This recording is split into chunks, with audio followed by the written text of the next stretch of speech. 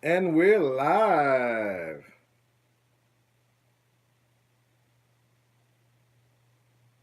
Well, good evening, ladies and gentlemen. Just waiting for some people to join here.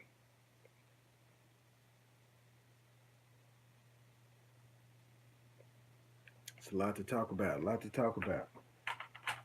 A lot to talk about tonight. I've been sizing it all up. Tell a friend, join in. I feel it. I feel it. I missed y'all, man. Did y'all miss me? Where's Babbitt been? If it's Monday, it's Beyond Babbitt. And this is your host, Brian Anthony. Boo, y'all. There it is. I'm feeling it, man. I'm turning up. Man, I was listening to some music here today. I would play it, but I don't want to. Sometimes I'm on Wi-Fi. Sometimes it starts to freeze. It looks all right now though. Check it out.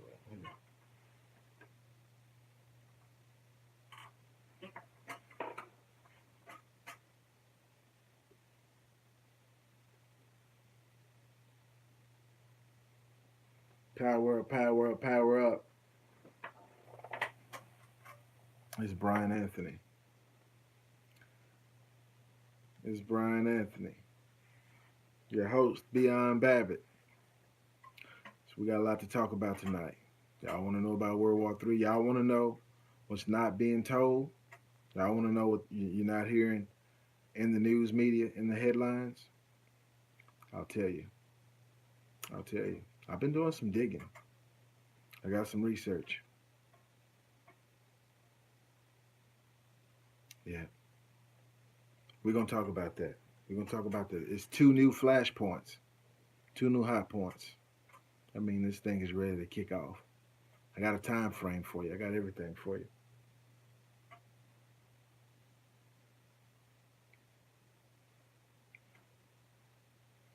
So we're gonna go and get started.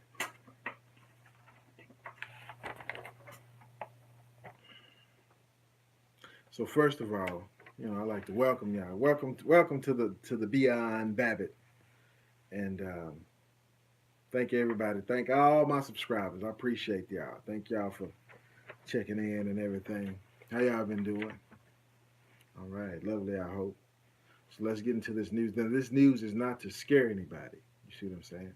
This is to be informed, so you can make well-informed decisions. Whether you choose to do something with it or not, I hope that you will. I pray that you will use it to your advantage, um, because nothing is for sure right about now.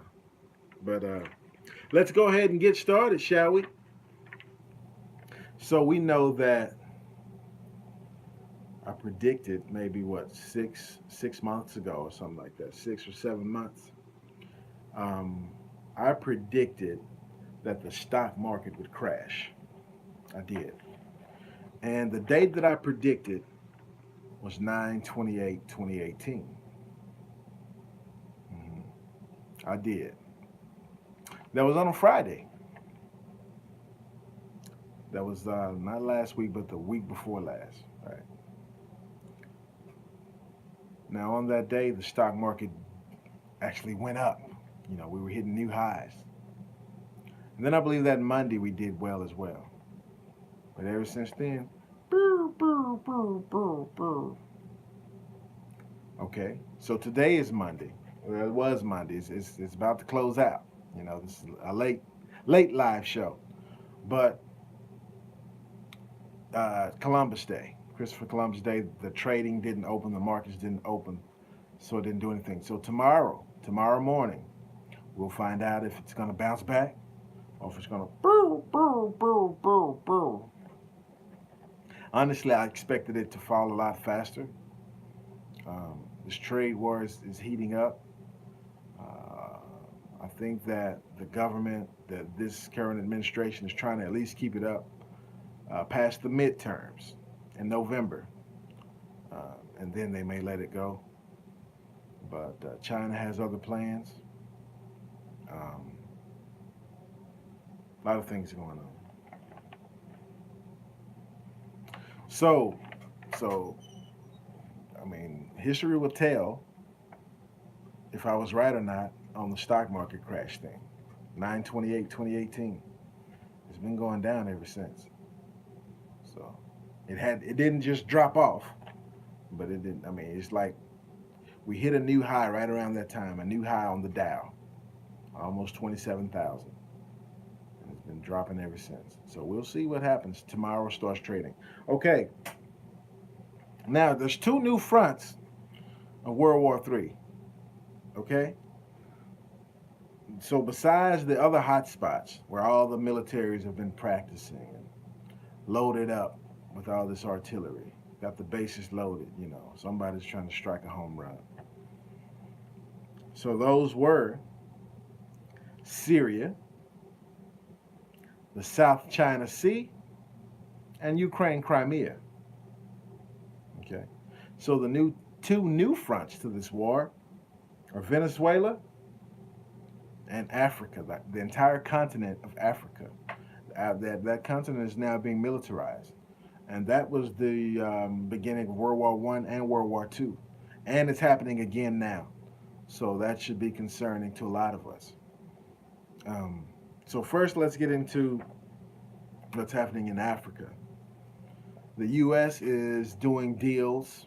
I think they just recently did a deal with Ghana to put military and do what there's joint military exercises and things like that.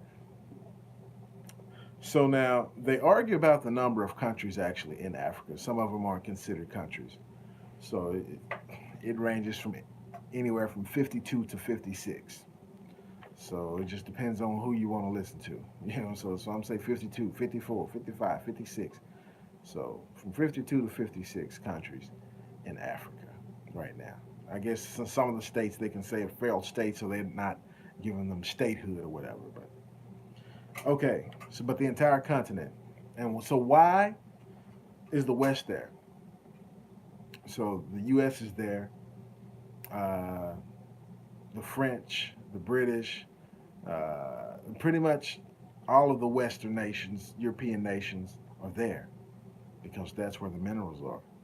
That's where the resources are, right? And to be honest, it's to exploit. It's to be exploited. China is there. China is moving by stealth. China is faking friendship and offering loans. You want money? Okay, we'll give you money. But the repayment terms is asset for debt. Basically, if you can't, it's like repoing. Okay, we'll give you money to build your infrastructure, skyscrapers, bridges, stadiums, ports, train, airports, whatever, ship ports, airports. We give you money to build it. Oh yeah, loan, however much you need, and make sure that that the amount is so high because your GDP isn't high enough to pay it back in the time specified, and also with the interest that's accrued on it, you're not going to be able to pay it back, and it's just a matter of time before they say, "Oh, well, you missed the payment. We got to foreclose on you," and they take these things that are part of these countries' infrastructure for most of the time 99 years. So basically, it's de facto China now.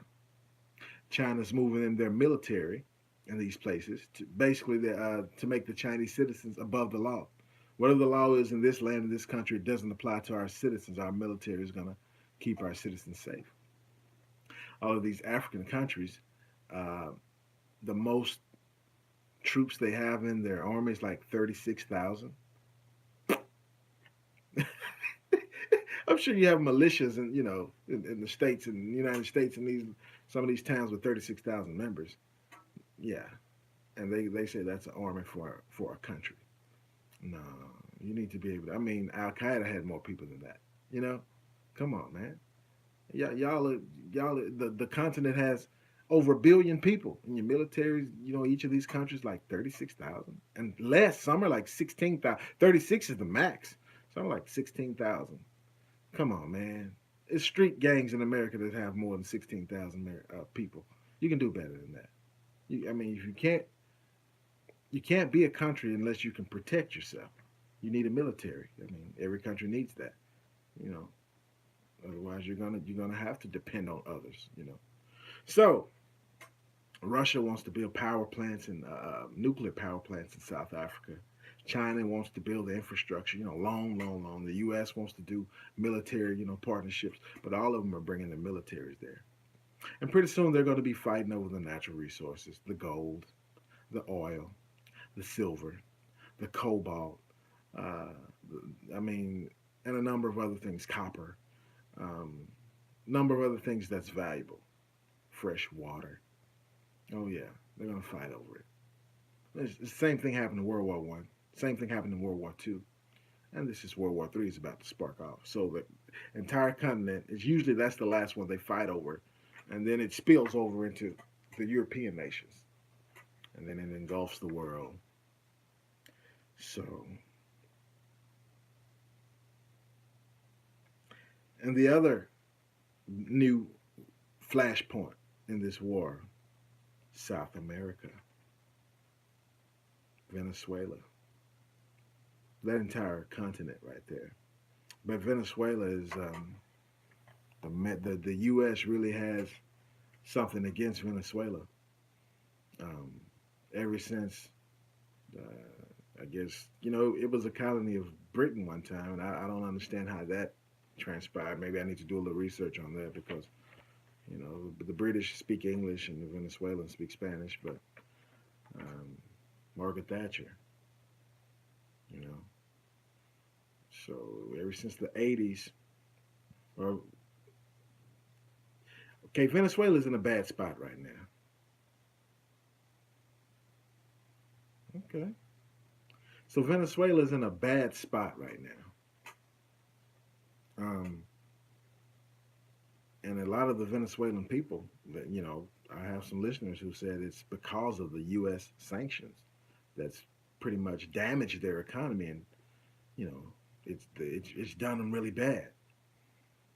Um, so there are a few videos I found. There's something I found. There's some things that I found. There are several armadas, or basically they formed. They came from different locations. An armada of military ships forming down there, right off the coast. So Venezuela is like our since Hugo Chavez. Hugo Chavez actually made them prosperous, and they became an large oil exporting nation. But after his mysterious death or murder, some say, this new guy, because Chavez really didn't like, Bush, but he liked the U.S. and he wanted to do more, but work with us and business with us, but the sanctions and there's a long history of things happening between the U.S. and Latin America, South America, the School of the Americas, things like that. Um, Basically, banana republics. The U.S. used to set up. We set up who we want to run these countries. Yeah. But one of our biggest partners right now, I understand, is Colombia. From my understanding, it's like they've become a part of NATO. Colombia. When you think of Colombia, what do you think of? When you think of the 80s, you think of what? Oliver North? You think of the cocaine trade? Manuel Noriega?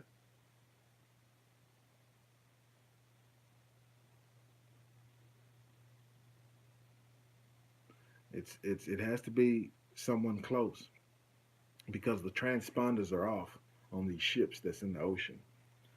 So what we found out is Brazil has militarized their border with Venezuela, and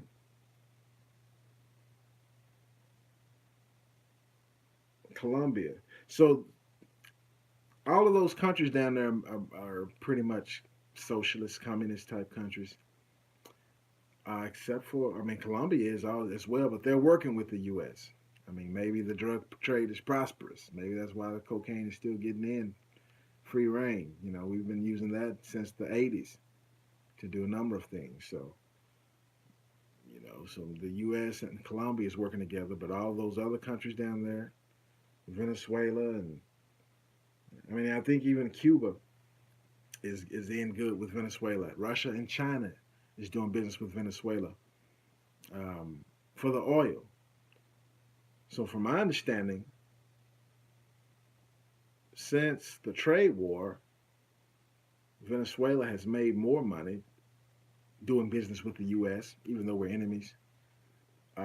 Okay, so the Chinese tankers had to use a large port, and the U.S. had smaller tanker ports. There was some type of accident that happened on the large port, so the Chinese ships can't dock there anymore. Coincidence, isn't it? So the smaller ships, who basically sell to Citgo and Valero, so 7-Eleven and Valero, says the output is like double. Well, now they're saying they've cut back to 1.5 million barrels per day. Saudi Arabia was producing 1 million barrels a day. That's at full capacity, and they said Venezuela has cut back to 1.5 million. Hmm. Wow. So that's what it is. The BRICS nation: Brazil, Russia, India, China, South Africa, and might as well throw Venezuela in there as well, pretty much. And so Colombia is who the U.S. is working with, but the entire continent. That now these armada of ships, we don't know who they belong to. We see that these different countries are militarizing their borders, like they're expecting to repel an attack or to repel maybe people fleeing, refugees or whatever. Um, but we don't know whose military ships these are down there, and they've been forming for. Um, I've been watching it for about 3 or 4 days. Yeah, so first it was some like 20 ships, and then 25, and then they keep coming and keep coming, and then they get close together. Turn off the transponders so you can't count them. It's over. Last count it was over 40 ships, 40 military warships down there. So, and that goes into play the sneak attack. There was a lot of so-called prophets who had dreams and visions who saw submarines, and this is funny because the Russian submarine just entered the water. There's a stealth Russian submarine that it's on patrol, and so a lot of these prophets guys from like A. Allen and even as recent Dmitry Dudin, Henry Gruber, these guys have dreamt of submarines pulling up on the east coast and the west coast of the United States, submarines in the Gulf of Mexico, shoot the nukes, miniature nukes, and bloom, bloom, bloom. Down goes America. Down goes Frazier.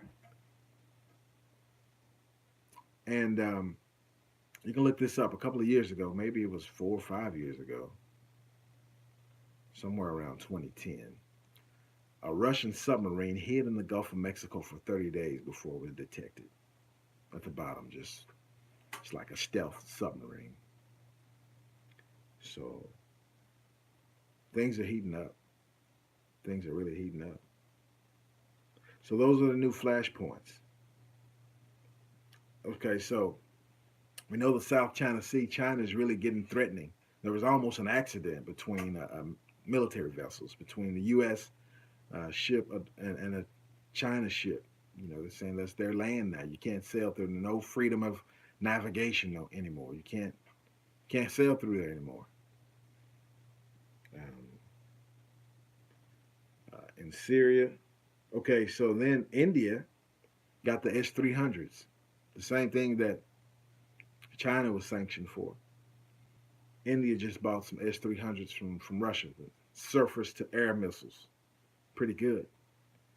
Israel says that a F-35, a U.S. F-35, can beat it. but you got to have the upgrade. Israel has upgraded. They have purchased F-35s from us, and they put an upgrade package on it to make it to where the missile defense is useless against the F-35. We don't have it. The U.S. doesn't have the upgrades. They have it, and they're selling it. It's millions of dollars to get the package, but you can upgrade the F-35 to where it's undetectable or where it defeats the Russian S-300 missile defense system. So now RT is reporting. Let's talk about China for a minute. Okay. RT is reporting that they're saying that the Pentagon report says China is a threat to the U.S. military. Now that's very dangerous. That's a dangerous thing to say. I mean, if a nation is threatened, what do? Wow. If a nation is threatened, what do? Yeah, we'll see tomorrow if China also starts selling our debt. They hold most of our bonds, things like that. They can crash the economy. They can crash the stock market, but it's going to damage them as well. They own real estate here. You know, they own that what's that bank in New York, the biggest underground vault. They bought that. The old what was that? The old J.P. Morgan Chase bank, 750 million when it was worth 2 billion. Yeah. So they made a complaint today. I guess the some U.S. diplomats met with some North Korean diplomats, and China was involved. And instead of talking about the U.S. and North Korea working this thing out, some of the Chinese diplomats were talking about this trade war. You know, they're like, y'all need to quit with this stuff. Y'all need to, you know. But there's a thing with a country, you always have to, you can't never be seen as backing down. And nobody's going to back down. Even when President Trump made a statement towards Venezuela, they didn't back down. They act like, we're ready, you know. So nobody's going to back down. Duterte in the Philippines is the only one who backed down. Everybody else, no matter how big or small they are, how prepared they are, they're going to act like, act tough, But maybe that's for the public consumption. Maybe they have a back line, back door, and be like, hey, please don't do that. Yeah. So another thing about China, right? Have y'all heard that the Interpol chief went missing in China for 10 days? Interpol, that's the International Police. He was a Chinese citizen or something, and he said something, did something they didn't like, and they disappeared him. He might be dead. Because after 10 days, he sent a text message or something saying he resigned. He might be dead. And China don't play. It's an atheist country. They don't, no dissent. You can't. They've been cracking down. They've been burning Bibles. They've been burning Qurans. They've been cracking down on Buddhists. Now, you're not going to believe in God. You're going to believe in China. You're going to believe in the AI God. Yeah. So, this thing is moving along. This thing is moving along. NATO is going to do, so we know that Russia just did their biggest war drill since 1981. 300,000 troops. NATO is doing their biggest drill since the Cold War. Why is everybody, what's going on? Why does everyone want to keep, the drills are getting bigger and bigger? Oh man, did y'all see? Russia tested out, they used that missile. They let us know. They let the U.S. and everybody else know that the missiles weren't just hype. They were in the Caspian Sea.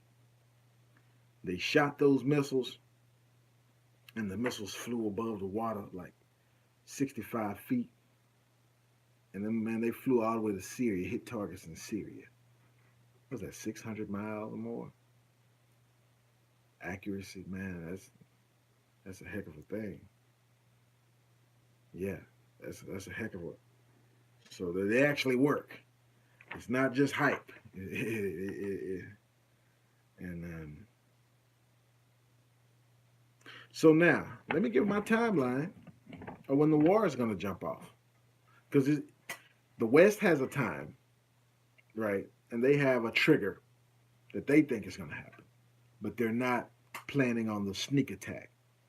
And that's what Russia and China is planning on, the sneak attack. I mean, even though Russia and China have a aggression treaty, they've advanced their militaries, they still are afraid of the U.S. and our firepower.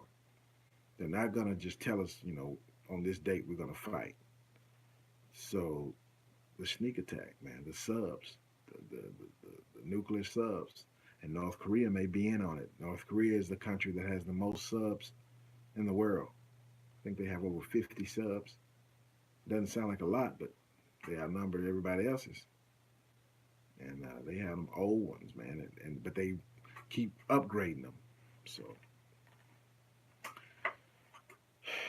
the dreams those guys had about shooting bombs. Oh, and who was that? Russia and North Korea are supposed to have a tsunami bomb. They can pop it in the Pacific. Down goes California. They can pop it in the Atlantic. Oh, East Coast.